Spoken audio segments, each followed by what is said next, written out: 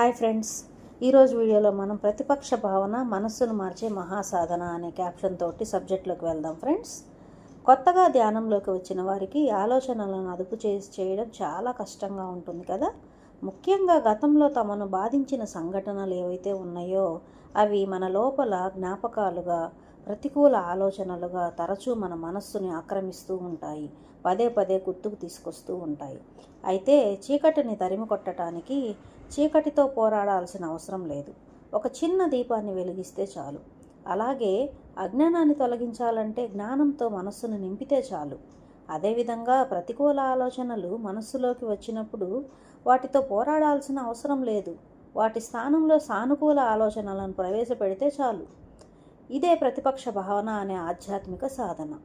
ప్రతి అంటే వ్యతిరేకం, పక్షము అంటే వైపుకి, భావన అంటే ఆలోచన లేదా మన మనోభావం. అందువల్ల ప్రతిపక్ష భావన అంటే మనసులో ఉద్భవించే ప్రతికూల, అశుభ మరియు బాధాకర ఆలోచనలకు వ్యతిరేకంగా శుభమైన, సానుకూలమైన మరియు ఉన్నత భావాలను ఉద్దేశపూర్వకంగా పెంపొందించటం అన్నమాట.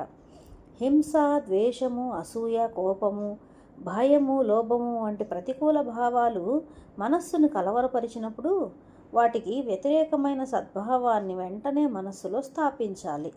ఇదే మనస్సును పవిత్రం చేసే మార్గము. ఇదే ధ్యానాన్ని జ్ఞాన దిశగా నడిపించే సాధనం. మనస్సును ఒక తోటగా ఊహించుకోవచ్చు. కలుపు మొక్కలు వాటంతట అవే పెరుగుతాయి కదా. కానీ పూల మొక్కలను నాటడానికి మరియు నీరు పోయటానికి, సంరక్షించటానికి కృషి అనేది అవసరం. అలాగే మన లోపల వచ్చే కోపము, ద్వేషము, అసూయ, లోభము, భయము వంటి కలుపు మొక్కలు మనస్సులో సహజంగానే పుడతాయి. ప్రేమ, క్షమ, కృతజ్ఞత, సహనము, సమత్వము వంటి పూల మొక్కలు మాత్రము సాధన ద్వారాగానే పెరుగుతాయి. ప్రతిపక్ష భావన అంటే కలుపు మొక్కలను తొలగించి సద్గుణాల పూలతో మనస్సు అనే తోటను అలంకరించటం అన్నమాట. మన జీవితంలో ఎన్నో ప్రతికూల భావాలు వస్తుంటాయి.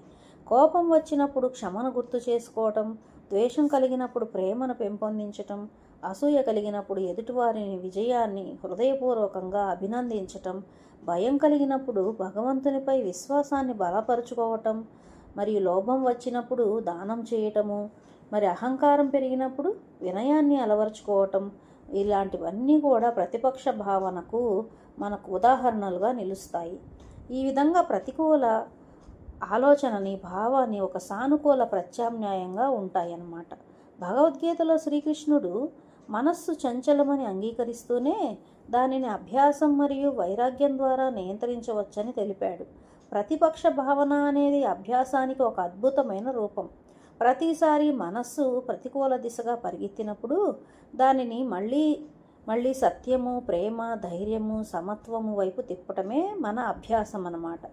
ఈ నిత్య సాధన మనస్సును క్రమంగా ప్రశాంతంగా, నిర్మలంగా మారుస్తుంది. కామక్రోధ, లోభ, మోహ, మద, మాత్సర్యాలు అనే అరిషడ్వర్గాలు మనల్ని మానవత్వం నుంచి దానవత్వం వైపుకు మళ్లించి ఉన్నత స్థితి నుంచి నీచ స్థితికి నెట్టివేస్తాయి. ప్రతిపక్ష భావన వాటి ద్వారా అధిగమించవచ్చన్నమాట. కామము కోరలు చాచినప్పుడు తృప్తిని ఆహ్వానించాలి. క్రోధము పడగ విప్పినప్పుడు ప్రేమను మనస్సులో ప్రవేశపెట్టాలి. లోభము మనల్ని లోబరుచుకోవాలని ప్రయత్నించినప్పుడు దానగుణంతో దానిని జయించాలి. మోహం మనల్ని ముంచెత్తుతున్నప్పుడు వైరాగ్యాన్ని ఆశ్రయించాలి. మదము అంటే అహంకారం మనల్ని ఆవహించినప్పుడు వినయాన్ని పెంచుకోవాలి. మాత్సర్యం అంటే ఈర్ష్య మన మనసులో పెరిగినప్పుడు ఇతరుల విజయాన్ని హృదయపూర్వకంగా అభినందించటం ద్వారా ఈ ఈర్ష్యను కరిగించాలి.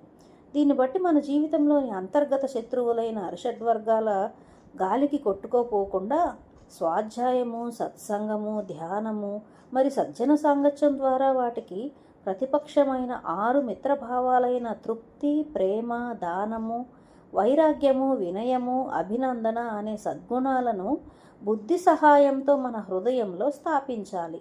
అప్పుడు మన ఆధ్యాత్మిక జీవితము నందనవనంలా వికసిస్తుంది.